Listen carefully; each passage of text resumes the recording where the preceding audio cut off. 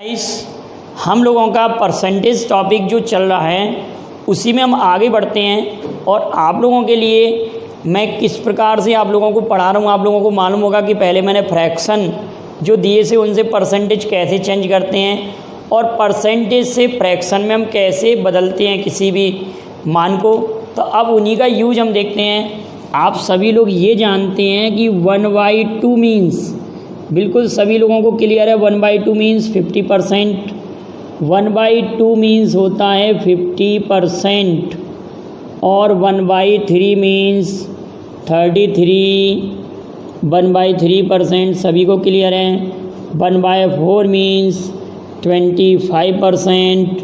1/5 means 20%। 1/6 means 16। 2/3%। 1/7 means 14। 2/7% और 1/8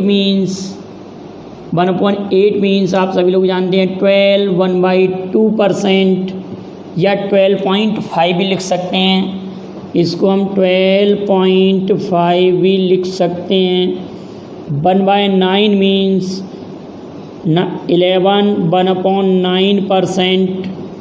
1/11 means 9। 1/11%। अब हमने 1/10 का नहीं लिखा, ईजी था।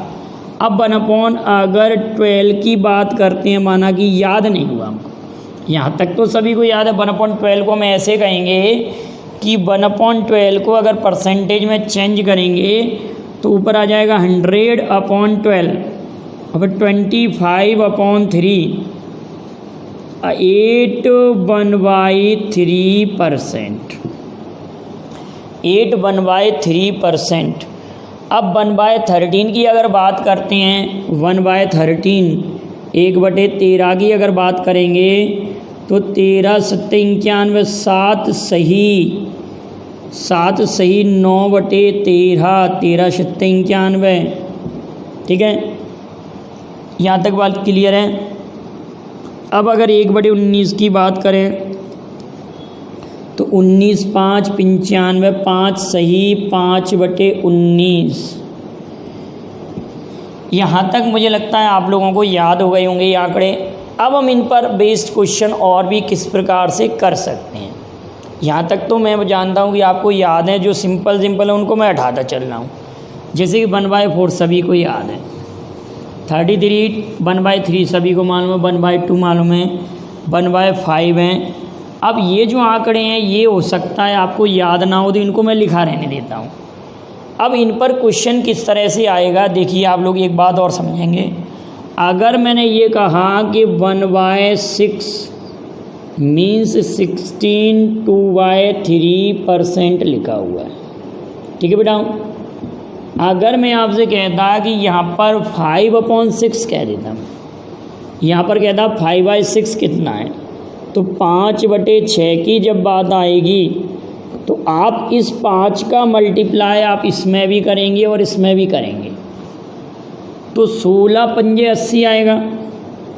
16 पंजे 80 आएगा और ये 5 दूनी 10/3 आएगा और परसेंटेज। लेकिन बेटा कभी भी ध्यान रखना कि यहाँ पर जो फ्रैक्शन लिखा जाता है, यहाँ पर अपॉन में ये छोटा मान लिखा जाता है, तो 3 3 जा 9 मतलब 5/6 की वैल्यू अगर हम फाइंड करना चाह रहे हैं तो 5 का मल्टीप्लाई 16 पंजे 80 और 5 दूनी 10।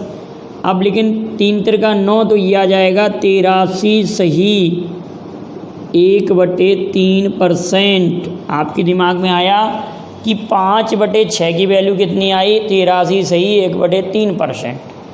तो आप 5, अब आप इससे ये नहीं फाइंड करेंगे, आपके दिमाग में आया कि हमने 5 का मल्टीप्लाई इसमें किया तो 16 पंजे 80 आया और 5 का मल्टीप्लाई हमने यहाँ किया तो ये हो गया 10।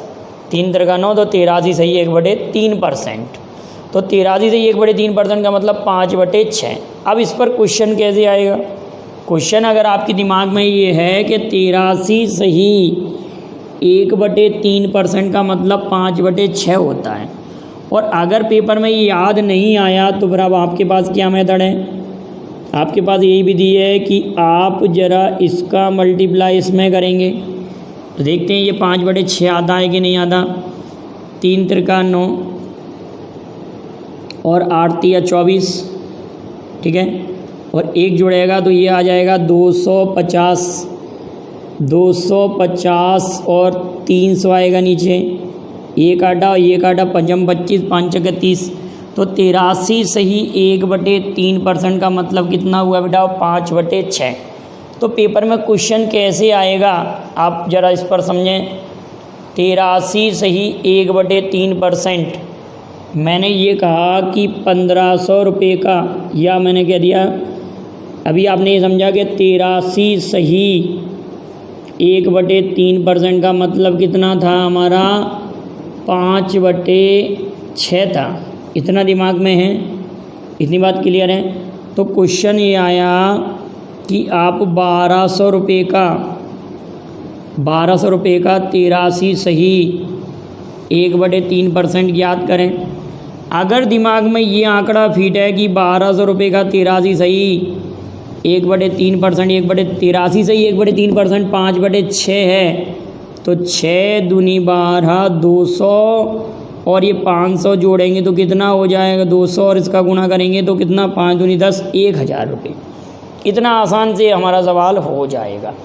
अब मैंने आपसे कहा अगला क्वेश्चन आप 2400 रुपये का 16 सही 2/3% क्या होगा? मैंने कहा 2400 रुपये का 16 सही 2/3% क्या होगा?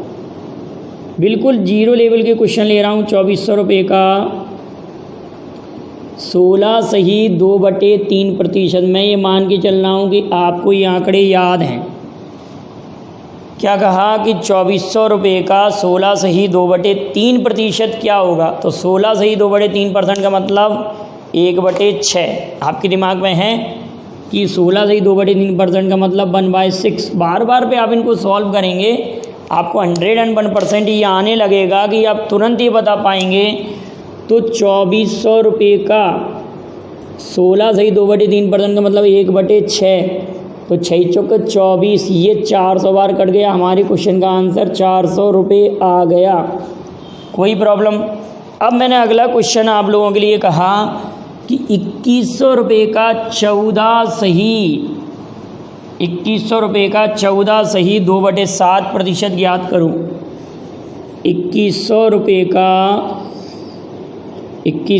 का 14 सही 2/7% ज्ञात करें।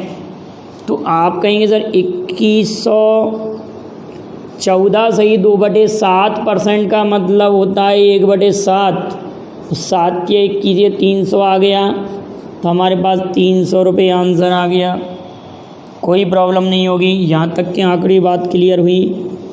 ये आंकड़े हमने हटा दिए, डाटाज को हमने हटा दिया।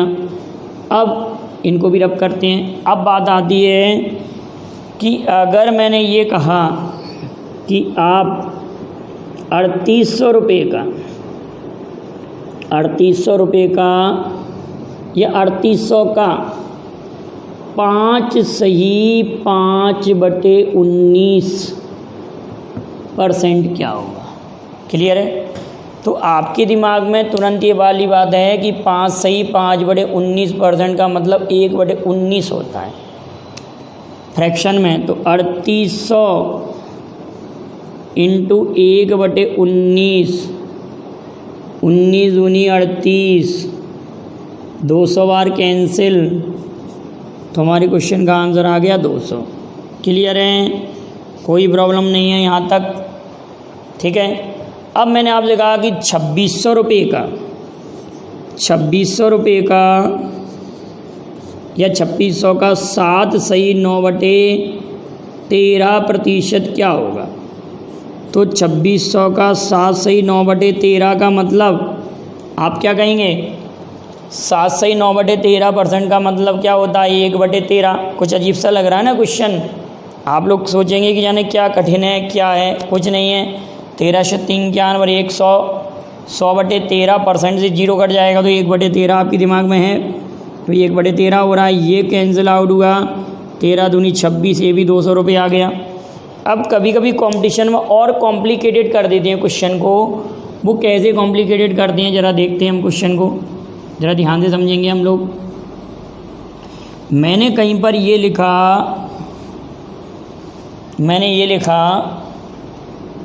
कि 2400 का 8 सही 1/3%, ठीक है, प्लस 2600 का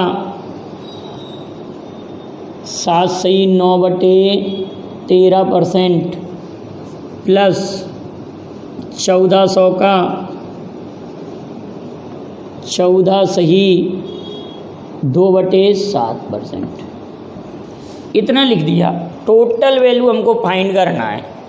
अब आपके दिमाग में अगर ये नहीं हुआ कि 8 सही 1/3% का मतलब 8 सही 1/3% का दिमाग में नहीं आया तो 8 तिया 24 और 1 25, 25/3 गुणित 100 तो 25 चौक 100 तो 1/12 आ रहा है। तो ये 1/12 है, ये 1/13 है और ये 1/7 है। इतना दिमाग में आपके में है कि ये 2400 का हमको 1/12 फाइंड करना है।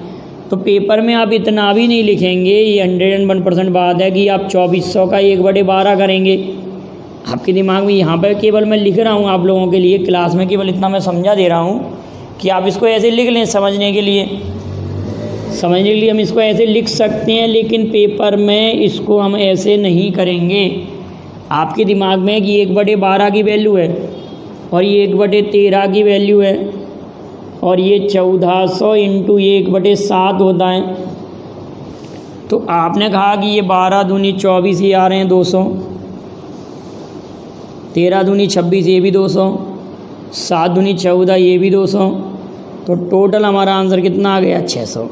हम डायरेक्ट ही ऐसे करेंगे क्वेश्चन को, मतलब ये लिखने की ज़रूरत नहीं है हम लोगों को। आप क्या समझे कि 1/12 नहीं पुट करेंगे, 1/13 नहीं करेंगे। दिमाग में है कि 8 कंप्लीट 1/3% का मीन, 8 कंप्लीट 1/3% का मीन कितना है 1/12 और 7 कंप्लीट 9/13% का मतलब कितना है 1/3, 14 कंप्लीट 2/7% का कितना है 1/7। तो अब आप लोग इसका 12 दूनी 24, 13 दूनी 26 और 7 दूनी 14 सभी 200 आ रहे हैं, तो 600 आंसर आ रहा है। तो इसको ऐसे हमको नहीं करना, ये आपको याद होना चाहिए ये आंकड़ा बिल्कुल कम्प्लीटली। चलिए तो हम अगला आंकड़ा देखते हैं। देखिए कुछ हम इन्हीं से बनाते हैं। जैसे मैंने आपके लिए लिखा कि 1/9 का मतलब क्या होता है 1/9 का मीन।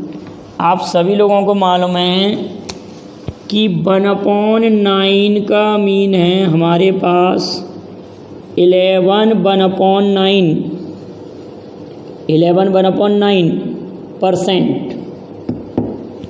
ये फ्रैक्शन है और ये परसेंट है। अगर मैं आपसे ये कहता कि 4/9 का मीन कितना हो जाएगा, तो आप कहेंगे 4/9%, क्योंकि यहाँ पर भी हमने 4 का मल्टीप्लाई किया तो यहाँ पर और यहाँ पर 4 का मल्टीप्लाई होगा। फिर मैंने आपसे कहा कि 5/9 का मीन कितना हो जाएगा, तो आप तुरंत ही कह देंगे सर 5/9 का मीन 5/9%। यहाँ तक कोई भी बात प्रॉब्लम नहीं कर रही होगी आप लोगों को। तो अब आपके दिमाग में ये बात बैठ गई कि अगर मैं 5/9% कहूँ किसी भी नंबर का, तो उसका मतलब 5/9 है। 44 4/9% कहूँ तो उसका मतलब 4/9 है। तो क्वेश्चन अगर ऐसे आया कि यदि x का, देखिए इसका यूज़ देख रहे हैं हम। अगर मैंने ये कहा, इसी का यूज़ से क्वेश्चन कैसे आएगा कि यदि x का 44 सही 4/9% बराबर 800 है। क्या कहा x का 44 सही 4/9% 800 है, तो x का मान ज्ञात करें। x का 44 सही 4/9% 800 है, तो x का मान ज्ञात करें। क्लियर है बेटा? x का 44 सही 4/9% 800 है, तो x का मान ज्ञात करें। x का मान ज्ञात करें। तो अब आपके दिमाग में तुरंत है, आपके दिमाग में क्या बात बैठी हुई है, आप तुरंत समझ रहे हैं कि इस सवाल को हम कैसे करेंगे। आप इसको ऐसे करेंगे कि x का 44 सही 4/9% का मतलब है 4/9 बराबर 800। तो ये कटा हमारे पास 200 बार, तो x इक्वल टू 9 दूनी 1800। हमारे क्वेश्चन का आंसर 1800 आ गया। कोई प्रॉब्लम नहीं होना चाहिए, ये बात भी आप लोगों को क्लियर है, यहाँ तक कोई प्रॉब्लम नहीं है। अब नेक्स्ट क्वेश्चन अगर मैं आपको दूं, अगर मैं कहता हूं कि यदि x का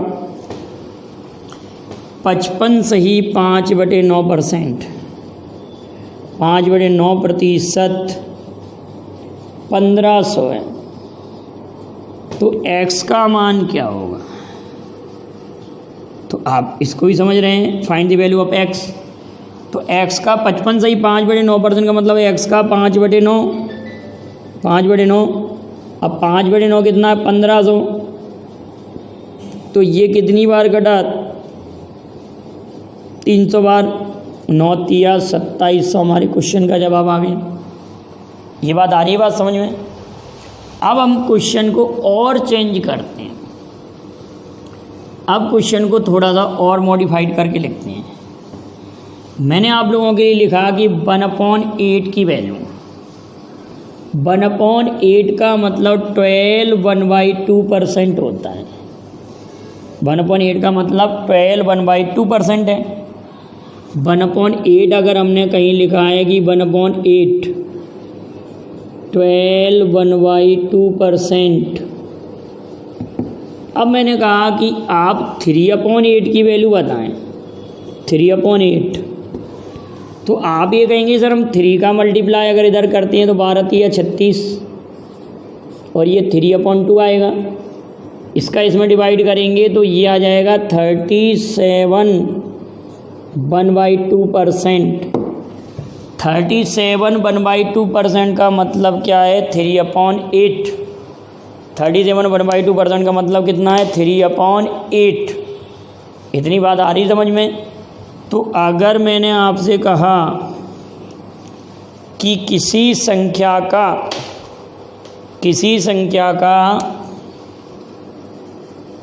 क्वेश्चन, मैंने कहा कि किसी संख्या का 37 सही 1/2% 12 है, तो संख्या क्या होगी, तो संख्या क्या होगी ये क्वेश्चन का। तो आपके दिमाग में बैठा हुआ कि 37 सही 1/2% का मतलब, 37 सही 1/2% का मतलब कितना है 3/8। तो किसी भी नंबर का 3/8 12 लिखा हुआ है, किसी भी नंबर का 3/8 कितना है 12। तो इसको हम काटेंगे 3 चुक 12, तो वैल्यू जब फाइंड करेंगे किसी नंबर का 8 चुक 32, क्वेश्चन का आंसर आ जाएगा 32 32। क्लियर है, ये वाली बात समझ में आया आप लोगों को। कोई प्रॉब्लम नहीं होना चाहिए यहाँ तक। अगर ये छोटे छोटे क्वेश्चन आपके दिमाग में बैठे हुए हैं तो कभी कोई प्रॉब्लम नहीं आएगी। क्लियर है, यहाँ तक की बात। अब आगे बात बढ़ते हैं हम। अगर मैंने ये कहा आपके पास है 1/11 की वैल्यू, 1/11 की वैल्यू कितनी है 9 1/11। 1/11 मीन्स क्या है, 1/11 का मीन्स क्या है 9 1/11। अब मैंने कहा कि 5/11, 5/11 तो 45 5/11 ये बनेगा। 1/11 मीन्स 9 1/11 लिखा हुआ है, परसेंट है और ये परसेंटेज है। और यहाँ लिखा हमने 45 5/11, 5/11 की वैल्यू है।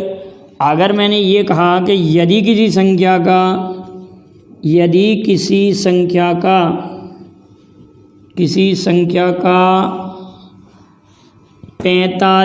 सही 5/11%, 45 सही 5/11% 25 है, तो संख्या क्या होगी? क्वेश्चन कहा तो संख्या ज्ञात करो। तो आप कहेंगे सर किसी भी संख्या का 45 सही 5/11% का मतलब 5/11 25 है, तो ये 25 वैल्यू फाइंड करना है संख्या की वैल्यू। तो 55 हमारे पास संख्या कितनी आ जाएगी? 55 55 आ जाएगी। यहाँ तक की बात क्लियर है? किसी भी संख्या का 45 सही 5/11% 25 है, तो संख्या ज्ञात करें। अब हम आप लोगों के लिए एक क्वेश्चन और कर रहे हैं। 91 सही 2/3%, 91 सही 2/3%, 91 सही 2 कितना परसेंट कह रहे हैं? 91 सही 2/3%। अब 91 सही 2/3% का मतलब होता है 11/12। 11/12 किसी भी फ्रैक्शन में अगर हम इसको ब्रेक करते हैं, 1/12 को अगर हम ब्रेक करेंगे, 1/12 को दिमाग में रखिए कि 1/12 की वैल्यू क्या है, ठीक है। तो 1/12 से 91 से 2/3% कैसे आया? अगर मैंने कहा कि 1/12 सभी लोग जानते हैं कि इसको जब आप परसेंटेज में चेंज करेंगे तो 100/12 आएगा। ये कटेगा 4 दूनी 8, 4 पंजा 20 और 4 तिया 12, 8 सही 1/3% आया। अब 8 सही 1/3%, अगर मैंने लिखा 1/12 मीन्स 8 सही 1/3%। अब आपके दिमाग में एक बात आ रही होगी कि अगर मैं इसको ऐसा करता, यहाँ पर लिखता 11, तो 11 का गुणा यहाँ पर और 11 का गुणा यहाँ पर, तो 11/12 अगर लिखा तो 11 8 88 और ये 11/3।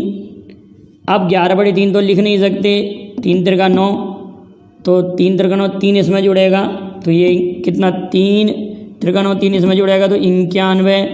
और यहाँ कितना बज रहा है 2, 91 सही 2/3% का मतलब क्या हो गया 11/12।